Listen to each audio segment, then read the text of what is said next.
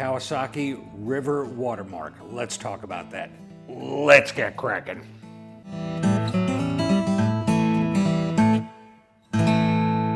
Welcome back to another episode of Kraken's Garage. Today we're going to dive into the history of Kawasaki a little bit and what does this watermark represent and where did it come from?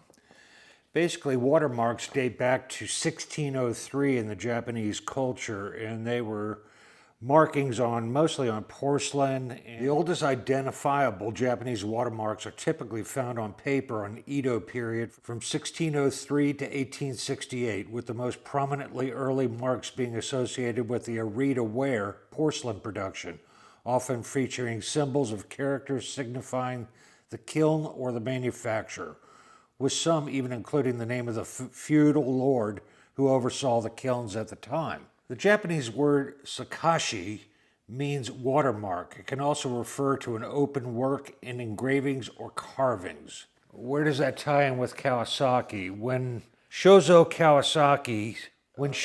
Kawasaki's first logo depicted a river watermark on their logo used on their shipping yard by the founder, Mr. Kawasaki.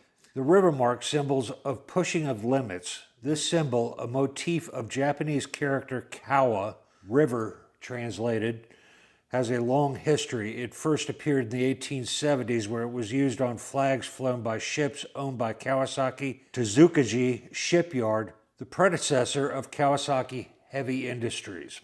The Kawasaki River Mark is a stylized Japanese kanji character representing the word kanwa, river. It's symbol of Kawasaki's desire to push forward and surpass limits. Here's an example of the very first Kawasaki logo or emblem that started to appear on his shipyard and motors, engines in the shipyard, as well as on the ships that he was producing. The river always represents moving water, moving forward. It never stops.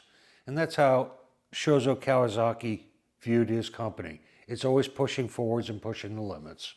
Spin forward to probably somewhere around the 60s, Kawasaki went with a stylized font with a giant K at the top. And over the years, they changed the color from red to green, etc. over a period of quite a few years.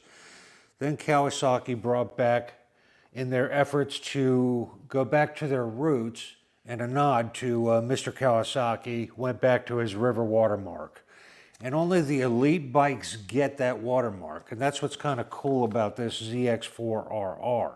The only bikes that Kawasaki offers this logo, has the honor of even badging it, is their H2, which is the world's fastest stock production bike, as well as the different variants of their supercharged bikes. And believe it or not, the ZX4RR. And to me, that's pretty freaking cool that they honored this bike with that logo on this little bike.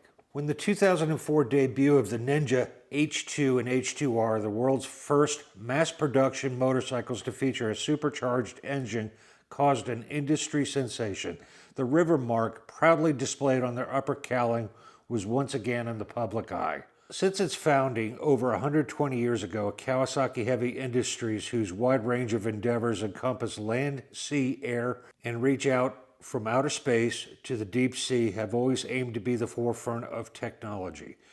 The river mark is a symbol of Kawasaki's ongoing desire to push forward, to reach even higher, continually striving to attain and surpass the limit.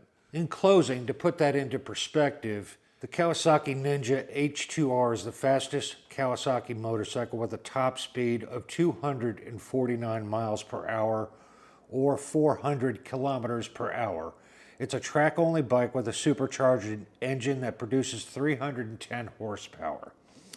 The engine is only 998 cc's, inline four with Kawasaki's supercharger technology. It's claimed 310 horsepower, or it's 326 horsepower with the Ram Air. The bodywork consists of carbon fiber and integrated wings for downforce to keep the darn thing on the ground. It's going so fast. Sophisticated packaging to help riders control the bike, the electronics.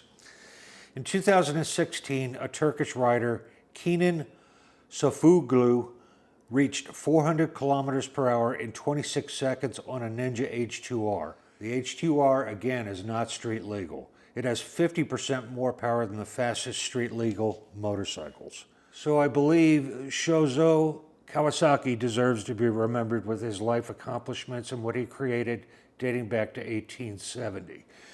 And talk about tradition, only changing your logo 3 times in 150 years, if I'm doing my math right, is crazy. Thank you for joining me today. I hope you learned something.